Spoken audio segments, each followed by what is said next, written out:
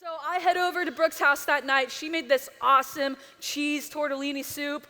Yeah, someone really likes tortellini. And then for drinks, she had this like fancy chocolate milk. It was V bougie. Tasted like liquid chocolate ice cream. It was incredible. And then after dinner, we had a little bit of time to kill. And so we're like, okay, let's go over to the local ice cream shop. And if you couldn't tell, I was clearly having the time of my life. We get over to the house where game night's going down, and people are just laughing, hanging, waiting for everyone to show up, and then I felt it. It started as this little rumble in the tummy region, and then it started to get a little bit more intense. Now, I have never personally been pregnant, but I assume this is what it feels like to have a baby kick you from the inside if the baby has like 12 legs, okay? This is going from bad to worse by the second. And I wish this next part was like made up, but it's not. It's real, so I'm going to say it. I didn't know what to do. I didn't know if I was about to light up this party in a way that was going to make everyone very unhappy. And so in my genius brain, I'm like, I know. I'm just going to shuffle over into a corner of this house so no one can get behind me in case we have a dilemma. Don't judge me. I was doing my best. And so I'm standing in this corner for like 10 minutes, trying, just doing my best, praying to Jesus. And I just couldn't do it anymore. I reached the point where I was like, oh, this isn't just a little rumble and the tumble. I really might poop myself in this person's house. And so I was like, I gotta go. I gotta figure out how to get out of here. So I made up some excuse. I got back home as quick as I could. And that night when I got back to my house, wow, guys, that was not a cool time for me, okay? This is probably too much information, but I was on the toilet that night till my legs went numb, okay? That's how real that was. And if you've never experienced that, good for you. Clearly, the Lord has blessed you. I hope he keeps blessing you. But if you've been there, you get it. For me, I'm like, this is how I know I need Jesus, because I'm like, Lord, please rescue me. I need a Savior. And from the shame of being trapped in my bathroom, I text my friend Brooke because I was like, I need some answers. Why was this happening to me? And so I text her, hey, Brooke, sorry I left game night early. You see that? That's a real text. Sorry I left game night early, but I'm having a really bad time in my bathroom. And I don't know what's going on, but do you think that maybe your chocolate milk was bad? Because that was the only explanation I can come up with, spoiled milk. That's how it went so crazy, so fast. And Brooke, being the nice person that she is, texts me back, oh my goodness, I'm so sorry. I'm going to check my milk. I can't believe what's happening to you. And I show up to work the next day, still in recovery, ashamed and wrecked. And Brooke comes up to me and says, hey, I checked my milk, and it says it doesn't expire for a few more days, but I felt so bad. I threw it all out. I'm so, so sorry. And I say to her, yeah, I'm sorry too. I can't believe your milk was that powerful and did that to me. I blamed the whole incident on Brooke. She didn't do it on purpose, but it's her milk, so it's her fault. That's kind of how I thought about it. But then a few weeks later, I learned something that kind of changed my whole perspective. I learned that I am lactose intolerant. And so, I don't know if you guys remember, but I had a lot of things that night. I had cheese, tortellini soup, I had chocolate milk, right? I had ice cream. So the problem was not Brooke's milk. The problem was that I had ingested enough dairy to put a small farm out of business. So, of course, my body was revolting against me, right? It was not Brooke's fault, but I blamed it all on her. My bad. Right? I blamed that whole incident on her. I thought it was her fault. I even made her think it was her fault. Not a great moment in my life, obviously. I admit that. But I'm wondering if anything like that has ever happened to you. Not the bathroom part, because don't admit to that. But, have you ever blamed somebody for something that they didn't do? Yeah, or has someone ever blamed you for something you didn't do? Yeah, right? If any of you have siblings, you've been on both sides of that, it's the worst, right? But either way, hey, being blamed for something that's not your fault is pretty rough. And this morning, you learned about Jesus encountering somebody who was in a tough situation that was kind of her fault a little bit, she got herself into it. But tonight, we're going to look at a story where Jesus encounters somebody who was in a really tough situation that wasn't their fault, except everybody thought it was. And so, if you have your Bibles, would you turn to John chapter 9 with me? We're going to start by reading verses 1 through 11, and the words will be up on the screen for you if you follow along better that way. But John chapter 9, starting in verse 1, it says this. As Jesus was walking along, he saw a man who had been blind from birth. Rabbi, his disciples asked him, why was this man born blind? Was it because of his own sins or his parents' sins? It was not because of his sins or his parents' sins, Jesus answered. This happened so the power of God could be seen in him. We must quickly carry out the tasks assigned us by the one who sent us. The night is coming, and then no one can work. But while I am here in the world, I am the light of the world. Then he spit on the ground, made mud with the saliva, and spread the mud over the blind man's eyes. He told him, "Go wash yourself in the pool of Siloam." Siloam means sent. So the man went and washed and came back seeing. His neighbors and others who knew him as a blind beggar asked each other, "Isn't this the man who used to sit and beg?" Some said he was. Others said, "No, he just looks like him." But the beggar kept saying, "Yes, I am the same one." They asked, "Who healed you? What happened?" He told them, "The man they called Jesus made mud and spread it over my eyes and told me, 'Go to the pool of Siloam and wash yourself.' So I went and washed, and now I can see." What a story. Are you picturing in your brain following along with what's happening? Let me walk back through it a little bit slower because I don't want you to miss this, right? So we start out with Jesus and his buddies walking along, and they pull up on this blind man, and Jesus' disciples are like, "Yo, why is this bro blind? Is it his fault or is it his parents' fault?" And if you're anything like me, you're listening to that and you're like, "What is wrong with these dudes? Like, that is not okay. Don't say stuff like that."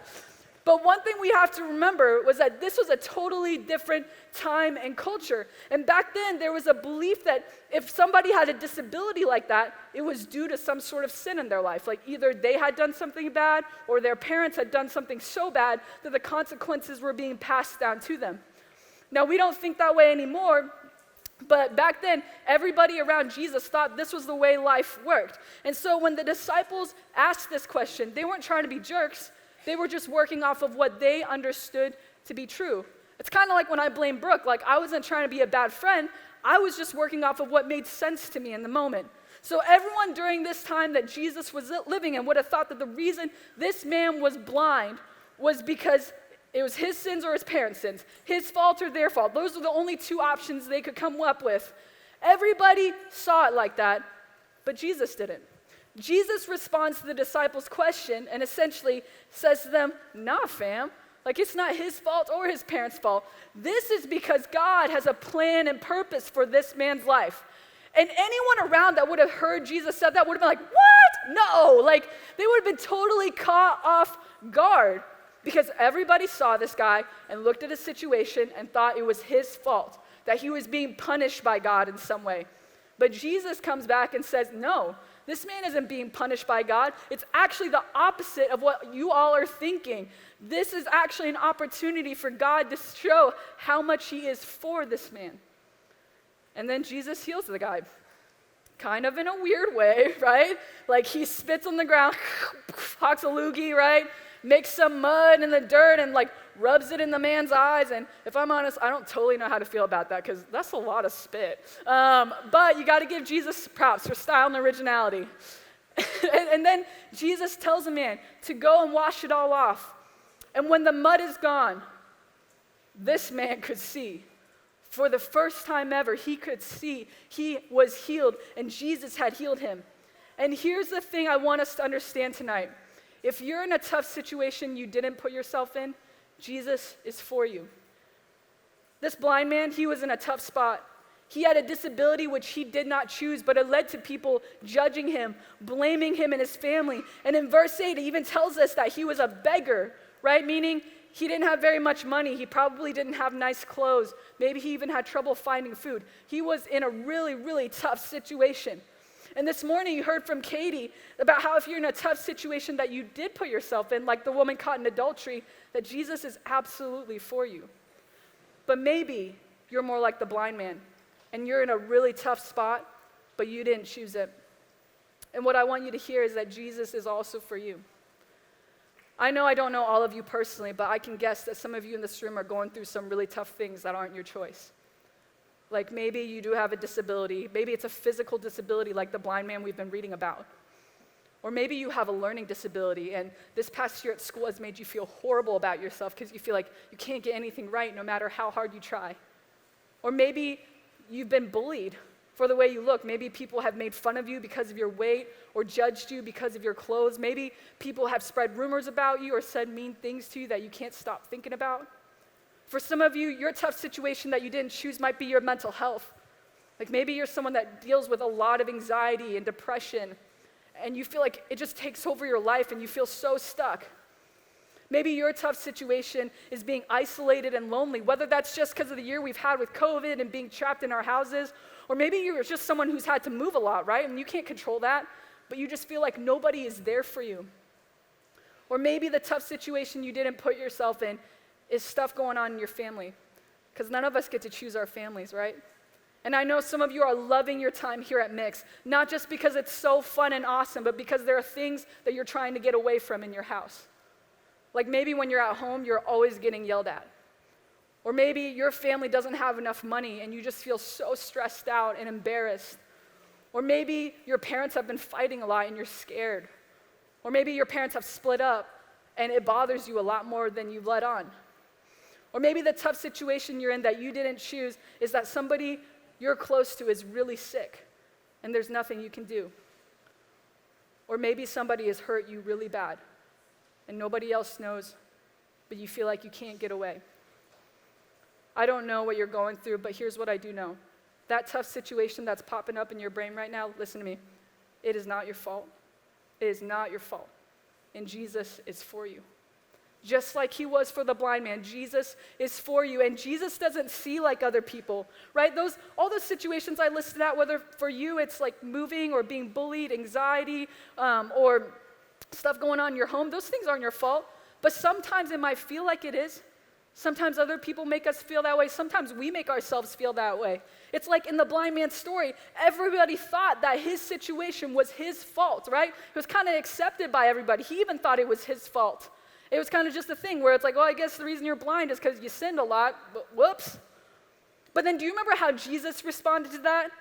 Jesus steps in and stands up for this man. And he says in verse 3, it was not because of his sins or his parents' sins. This happened so the power of God could be seen in him. See, Jesus didn't see like other people when he looked at this blind man's situation. Jesus saw the truth. Jesus defended the blind man when everybody else was blaming him. Jesus saw who that man really was, not somebody who was defined by his disability or defined by other people's opinions about him. Jesus looked at that man and saw somebody who was chosen by God, somebody who God could heal, somebody who God could use. And it is the same for you. It is the same for you. Jesus is for you. He is on your side. He is on your team. Jesus doesn't see you like other people might see you. Whatever tough situation you're going through, even if other people think it's your fault, even if you're convinced it's your fault sometimes, guess what? Jesus sees the truth and Jesus is standing with you. Students, listen to me. Jesus sees who you really are, even if other people don't, even when you can't. Jesus sees you as somebody who is chosen by God, somebody who God can heal, and somebody who God can use. Jesus doesn't see like other people. Jesus is for you, and Jesus can heal you. You know, even though I definitely have some questions for Jesus on why he did that miracle that way, because again, that's a lot of spit. I also kind of love it, not only for the style points, because Jesus heals this man in a way that's so unique and in a way that's totally unexpected, right? Because Jesus had healed a bunch of other people before. You can read about it in the Bible. Sometimes he heals them with just like a word. Sometimes it's like he touches them. There's even one story where a lady like touches the edge of his shirt. It's like, bam, healed. You got it, lady. But with this guy, Jesus spends the time making him a little mud mask for his eyes, sending him to the pool. Like maybe Jesus was trying to channel a spa day. I don't know. But you know, after all that, the spit, the mud, the pool, this blind man could see. He was healed. And here's what I think we can learn from this. No matter what it is that you're going through, no matter how tough the situation you're in is, no matter who has judged you for it, and no matter how hopeless it feels, Jesus can heal you. He is for you. You know, Jesus can heal you. He might not do it in the way that you expect, but he will heal you in a way that is unique to you and your story. I don't know if you noticed, but that first verse told us a little bit like something special about the blind man. Let me read it one more time. It says, as Jesus was walking along, he saw a man who had been blind from birth. Okay, from birth. Think about that. This man had been blind his whole entire life. Okay, just for a second, can you think about something that's been true about you every single day of your whole existence? Okay, just think about it. Keep it in that noggin. Now, Can you imagine that thing just changing, like bam, in a moment, it's different?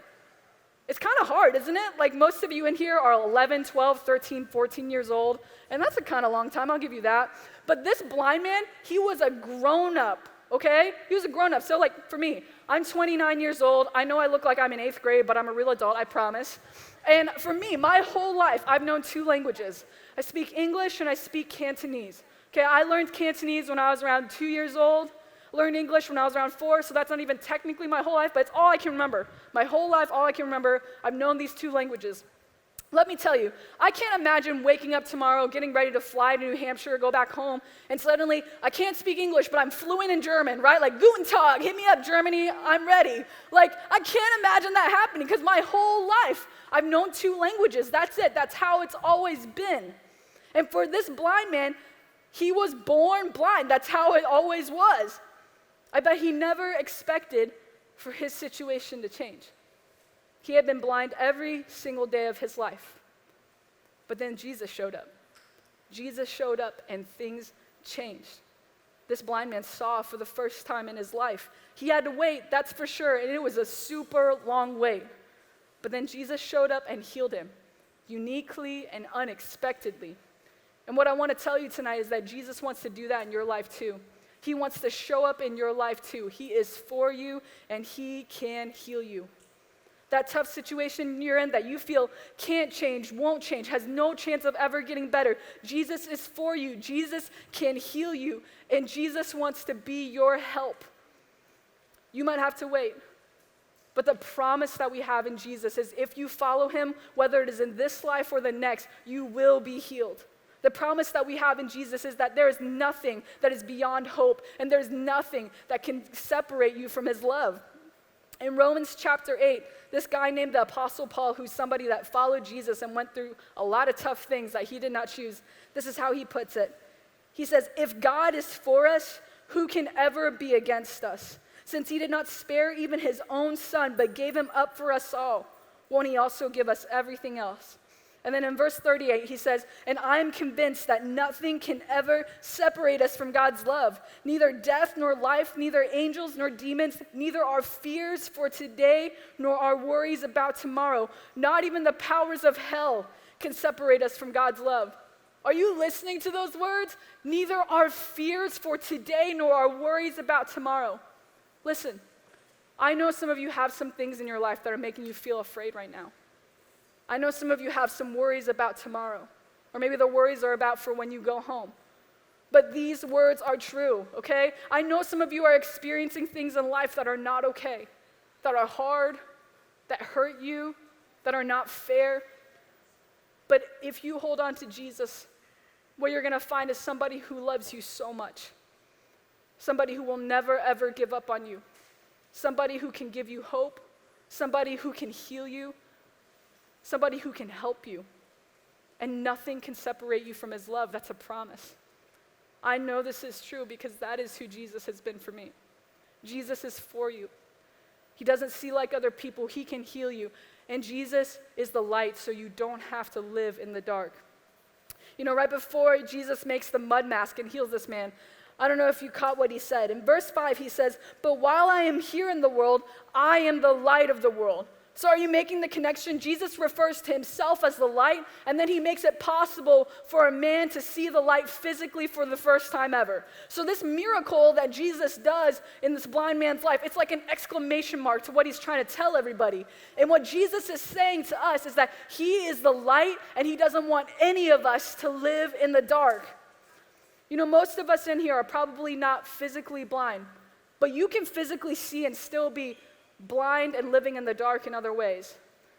It's like sometimes even though like that tough situation you're in, it's not your fault, you didn't choose it, and yet it might make you feel so ashamed and embarrassed, and so you put it in the dark, right? Like you don't talk about it. Maybe you pretend everything's great when it's actually not. Maybe you're actively trying to keep it a secret. It's like, raise your hand if you had to do online school this past year. Oh yeah, like most of you. I'm super sorry. I hope you survived. Okay, no, listen. Keep your hand raised if you were one of those people that had your cameras off a lot. Oh, got him. These are all you people. Okay. I'm not judging you, but I am a little bit. Okay, you can put your hands down. Okay. Listen. Hey. I know some of you had your cameras off for legit reasons, right? Like maybe you had sketchy Wi-Fi. Okay, I got that. But there are others of you that had your cameras off for other reasons, right? Like maybe you were that person that was always eating a snack and you're like, it's you.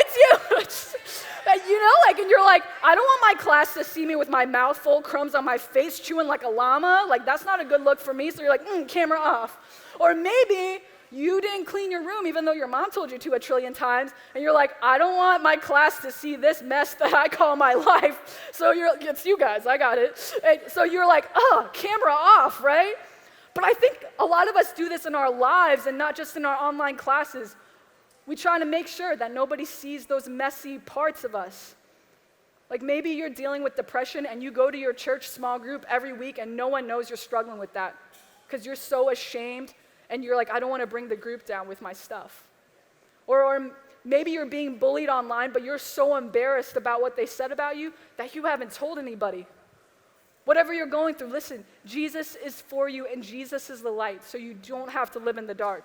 You don't have to live with your camera off. You don't have to live with secrets. Jesus wants to help you see, just like he helped the blind man see, and he wants to set you free from everything that's holding you back. You know, in the beginning of the verses that we read, when the disciples were talking about the blind man, like pointing out his disability, debating whether it was his fault or his parents' fault, something that sticks out to me is that the blind man didn't speak up for himself. I don't know if you noticed that. And we don't know why. But I wonder if he was a little bit ashamed about his situation. I wonder if he didn't speak up for himself because he kind of thought it was his fault too and he was embarrassed. But here's the deal. Jesus didn't leave it like that, right? Jesus spoke up and defended him. And Jesus healed him because Jesus is the light. And when the blind man saw the light, when the blind man met Jesus, not only could he physically see, but he became a completely different person. Listen to verses 8 through 11 one more time. It says, his neighbors and others who knew him as a blind beggar asked each other, isn't this the man who used to sit and beg? Some said he was, others said, no, he just looks like him. But the beggar kept saying, yes, I am the same one. They asked, who healed you? What happened? He told them, the man they called Jesus made mud and spread it over my eyes and told me, go to the pool of Siloam and wash yourself. So I went and washed, and now I can see. Students, because Jesus is the light, this man was now able to see, not only physically, but he was able to see Jesus. And because he saw Jesus, he saw himself differently too. His tough situation didn't hold him back anymore, right? He wasn't embarrassed about his story anymore. He didn't live with his camera off anymore. He wasn't ashamed when people pointed out who he used to be. They're like, were you the beggar? Like blind? Like he wasn't like, oh no, like that wasn't me. No, he was loud and proud and said, yeah, that was me. That was me, but I'm different now. I'm different because I met Jesus. Because Jesus was for him.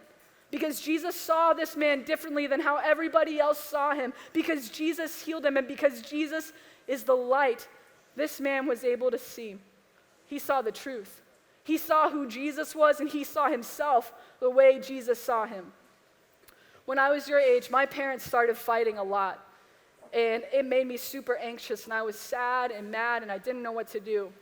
And sometimes I would even wonder, like, is this my fault? Like, am I the reason that this is all happening?